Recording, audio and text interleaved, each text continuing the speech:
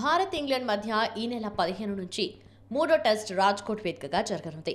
ప్రస్తుతం రెండు జట్లు ఒక్కో విజయం సాధించాయి.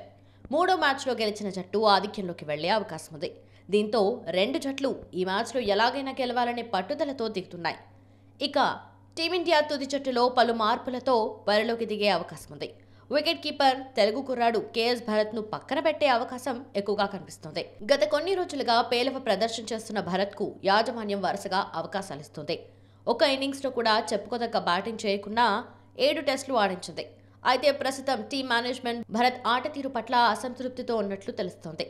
కీపింగ్ కూడా మరీ గొప్పగా ఏమీ లేదు. వచ్చిన అవకాశాలను సద్వినియోగం చేసుకోలేదు. మరోవైపు అవకాశం కోసం ఎదురు చూస్తున్న ధ్రువ్ జురేల్ యూపీ ఇండియా ఐపీఎల్లో రాజస్థాన్ రాయల్స్ తరఫున మెరుగైన ప్రదర్శన చేశాడు.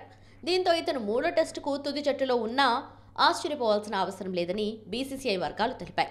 Wicket keeper Rishabh Pant road ప్రమాదానికి గురి కావడంతో కేఎస్ భరత్ టెస్ట్ జట్టులోకొచ్చాడు. అప్పటి నుంచి 7 టెస్టు మ్యాచ్లు ఆడిన భరత్ 20 సగటుతో 221 రన్స్ మాత్రమే చేశాడు. ఇంగ్లాండ్తో తొలి 2 టెస్టుల్లో 4 సార్లు బ్యాటింగ్ చేసి 92 రన్స్ స్కోర్ చేశాడు. ప్రపంచ టెస్ట్ ఛాంపియన్షిప్ ఫైనల్ 2023లోనూ తొలి ఇన్నింగ్స్లో 5, రెండవ ఇన్నింగ్స్లో 23 మాత్రమే చేసి అవుట్ అయ్యాడు.